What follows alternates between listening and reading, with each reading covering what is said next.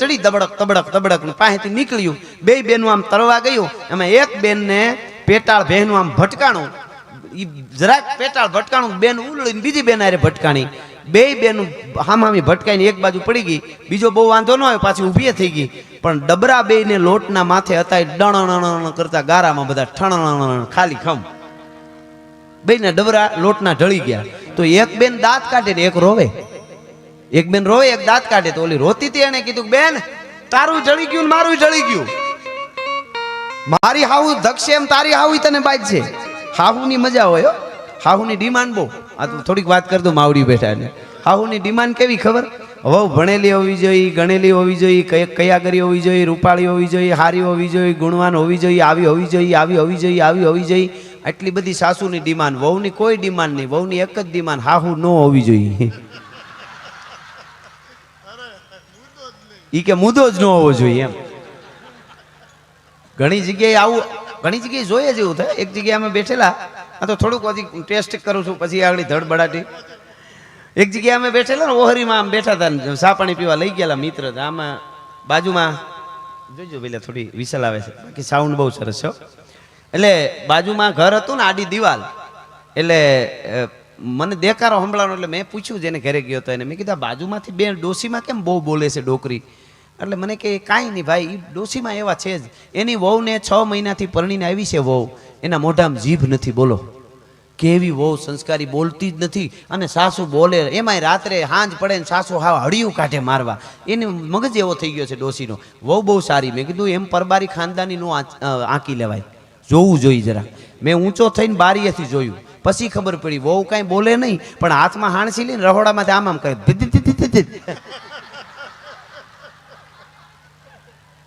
તમે વિચાર કરો ઈ કેમ ઈ કોને ખબર હોય પાડો ઈ નો સાંભળે કેમ ખબર પડે પછી તો ડોહી બિચારી હળિયું કાઢે હવે તું આવીશો તો કે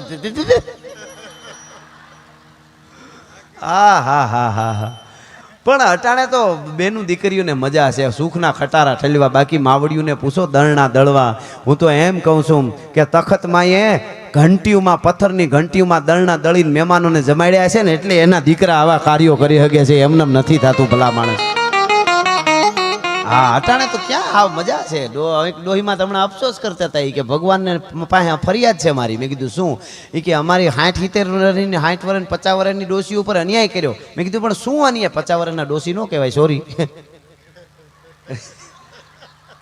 હા એટલે બેનોની ઉંમર કહેવામાં એક બહુ ઓલું થાય એ કે અન્યાય કર્યો મેં કીધું શું અન્યાય કર્યો એ કે ભગવાને અન્યાય એ કર્યો અમે જેથી પરણીને આવ્યું તેથી સાસુનો જમાનો હતો અમને ખૂબ દુઃખ આપ્યા અમને એમ હતું કે અમારો જમાનો આવશે અમે મોટી થઈને અમારે વહુ આવી તો વહુનો જમાનો આવી ગયો અમારે મનમાં રહી ગઈ હાવ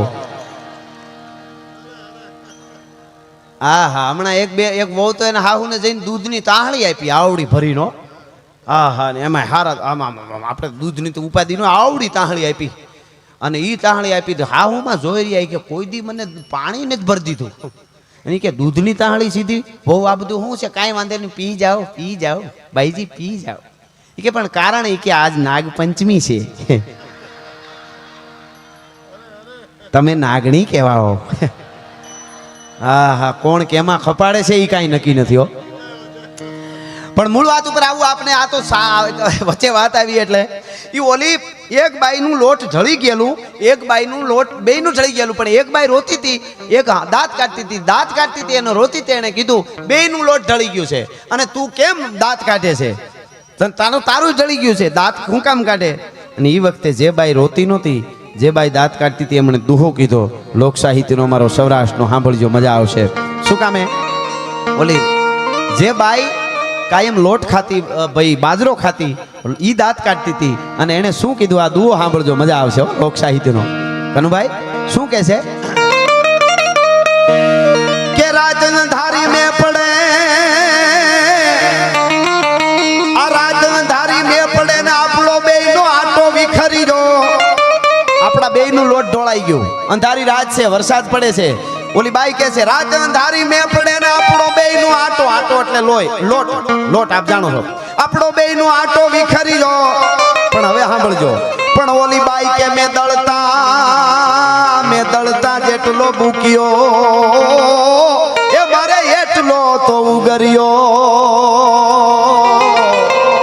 પણ દળતા દળતા જેટલો બુક્યો આહા જીવનનો કેવડો સંદેશ આપ્યો કે લોટ તો આપણા બેયના ઢોળાઈ ગયા પણ મેં દળતા દળતા ખાધું એટલું તો પેટમાં રહ્યું તારું તો બધુંય ગયું ભલા માણસ આ વાત છે એમ જીવતરમાં નોકરી કરતા ધંધો કરતા ફલાણું કુટુંબનો પ્રસંગ પરિવારનો પ્રસંગ ધર્મના કાર્યો હગા વાલા મળવું આ બધું કરતા રહેજો નકર કઈ ડબરા ઢોળાઈ જાય ને કઈ પૂરું થઈ જાય એનું કાંઈ નક્કી નથી ભલા માણસ રાત અંધારી મેં પડે આપણો આંટો વિખર્યો પણ મેં દળતા જેટલો બૂક્યો મારે એટલો તો ઉગર્યો એમ દળતા દળતા ખાધું એટલું તો મારે બચ્યું એ જીવન છે અને એ જીવન શૈલીની લોક સાહિત્યની વાતો શું કામે એ મારે અહીંથી જો આપને કહેવું હોય તો આજના યુગમાં ખાસ તો તમને હું ઈ કહું મિત્રો આજે આ વાતોની કેમ જરૂર છે માતાઓ બહેનો આટલી સંખ્યામાં બેઠા છે વડીલો છે યુવાધન છે આજે અમને સાંભળે છે હું તો યુવાધનને કહું છું કાયમ કે એટલી તમને ગેરંટી આપી છે કે એવો સમય આવશે તો સ્ટેજથી નીચે ઉતરી જવાની તૈયારી રાખશું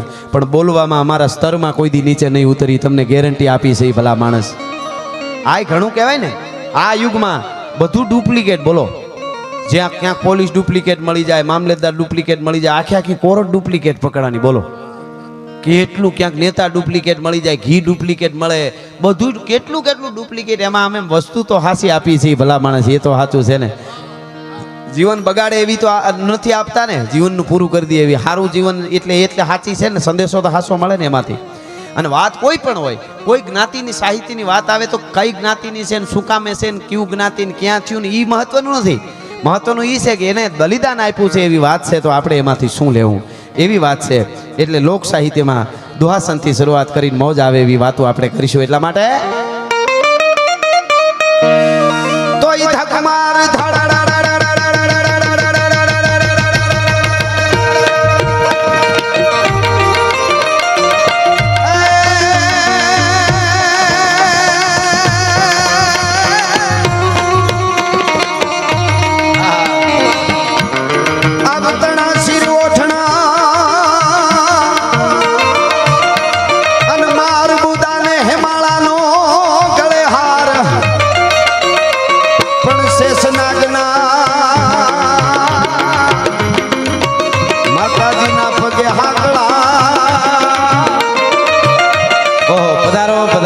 પધારો મારા બાપલીઓ દાદાને હમણાં જ મેં યાદ કર્યા પૂજ્ય દાદા દેશ વિદેશમાં સનાતન પરંપરાની જ્યોત લઈ આપણી ગીતા લઈ આપણું ભાગવત લઈ સમગ્ર વિશ્વમાં ભારતીય પરંપરાને ઉજાગર કરવાનું કામ કરે છે દાદા અને દાદા એવું એક શિક્ષણ ધામ પણ ઊભું કરી રહ્યા છે બીજાના માટે જે શિક્ષણ ધામ દરેક જ્ઞાતિના બાળકો ભણી અને આગળ વધી શકે તથાસ્તુ અને દાદા ખાલી બેઠા બેઠા ભણો અને તથાસ્તુ તમને બસ એવું કામ કરે એટલે દાદાને ખૂબ વંદન સાથે આપણે અહીંયાથી આવકારીએ છીએ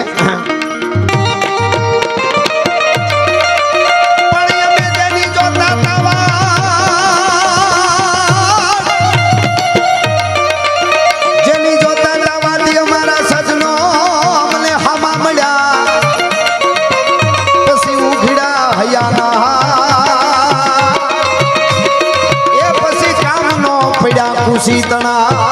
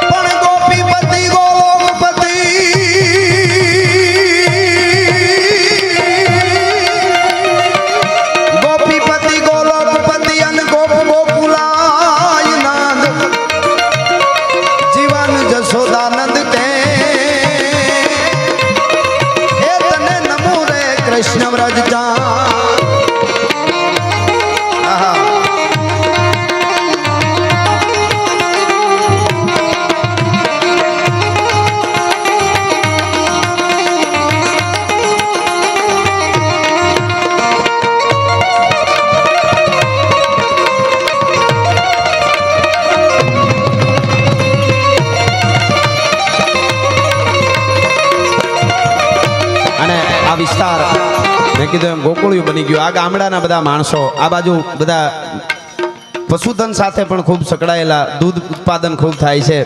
આંગણામાં દૂજાણું હોય,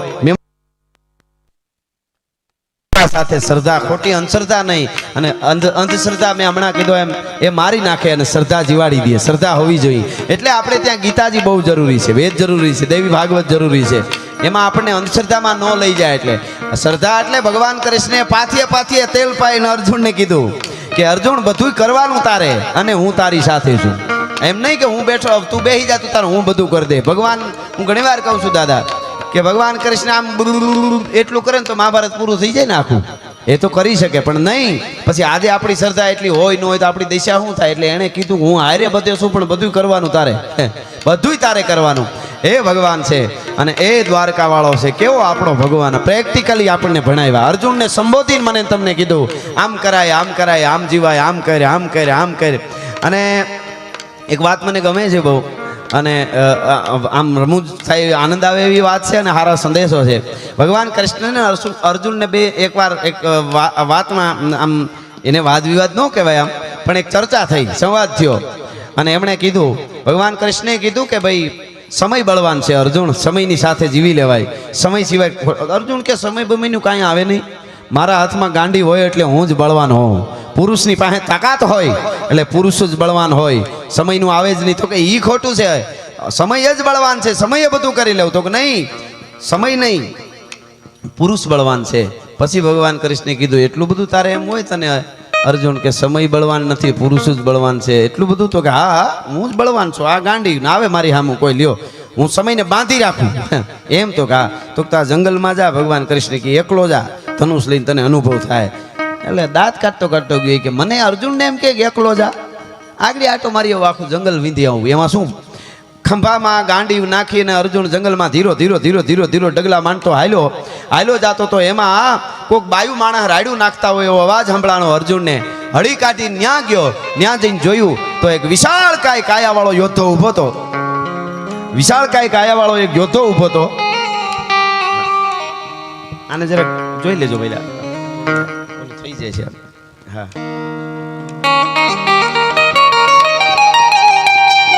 થઈ ગયું. Thank you. સરસ. વિશાળ કાયા વાળો યોદ્ધો ઉભો હતો. અર્જુનની નજર પડી પણ આવી હાથીની હૂંઠ જેવી ભુજાઓ ને વિશાળ કાયા યોદ્ધો ઉભેલો. અને સામે બે સ્ત્રીઓ ઊભી હતી. એ યોદ્ધો સ્ત્રીઓને એમ કહેતો હતો, એ બાયુ તમારા બેયના ઘરેણા બધા કાઢીને મને આપી દો, નકર બેયને હમણાં મારી નાખીશ. એક થપાટમાં બેયનું મૃત્યુ. અર્જુને પડકારો કર્યો પાસે જઈને, કાયર બાયુની હામી બાયુ ચડાવે છે.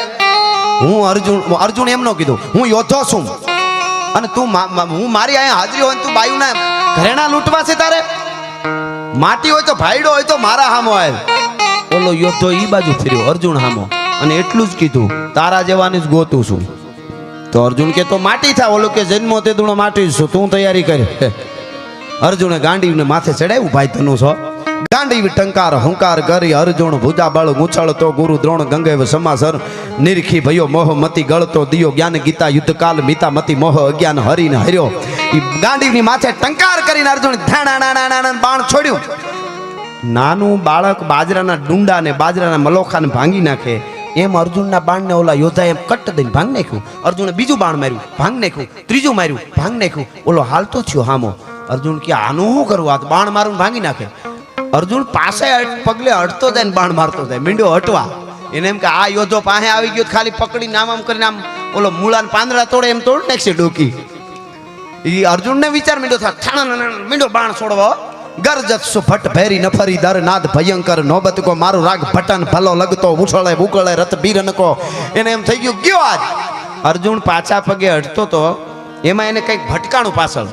આમ જોયું ને તો જે યોદ્ધો હાલ્યો આવતો હતો અર્જુનના બાણ ભાંગતો એવી જ વિશાળ કાયાવાળો એક યોદ્ધો આડો પડેલો. એનો એક હાથ કપાઈ ગયેલો, એક પગ કપાઈ ગયેલો, ઠૂઠા એક હાથના પગ આડો પડેલો. એને અર્જુન ભટકાણો તો ડૂબતો માણસ જેમ તણખલું પકડે એમ અર્જુનને થયું કે હવે આવો તો આવો. એને કહું તો ખરો મને બચાવ્યો, આ મને મારી નાખશે.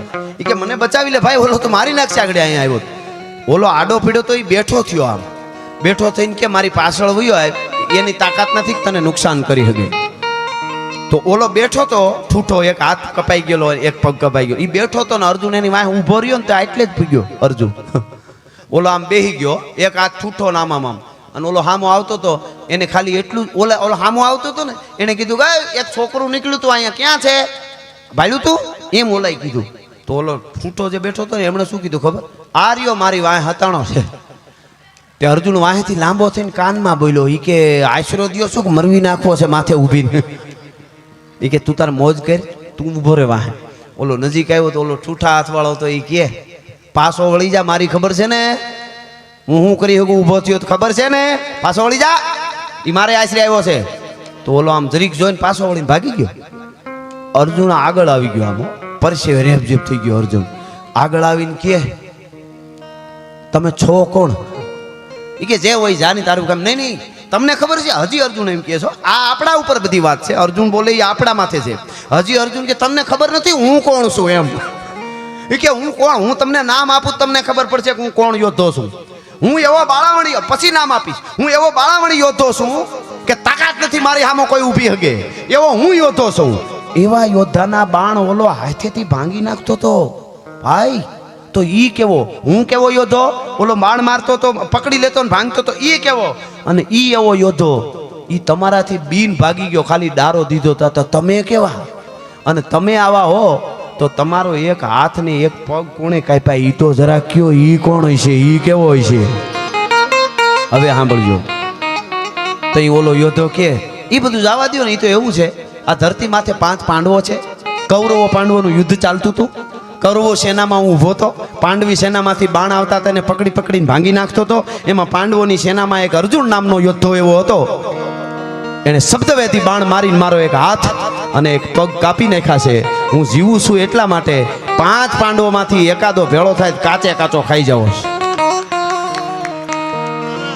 અર્જુન કે જય શ્રી કૃષ્ણ, મારે થોડીક ઉતાવળ છે અને થોડો કામે નીકળ્યો તો અને પછી નિરાતે વાત કરી, થેન્ક યુ. તેથી અર્જુન ઓળખાણ નહોતો આપી ગયો કે હું અર્જુન છું. ભલા માણસ ટંકારે ધનુષ તણે આખી ધરતી ધ્રુજાવે, એને કાબા કવરાવે. આ તો સમય બુરો. આ લીલા તો દાદા કનૈયાની હતી કે તું એમ ન માનતો કે તું બળવાન છો. સમય બળવાન છે અને સમયને બાંધી હગે ને સમયથી કોઈ બળવાન હોય તો એ દ્વારકા વાળો બળવાન છે, બીજું કોઈ બળવાન નથી. એટલા માટે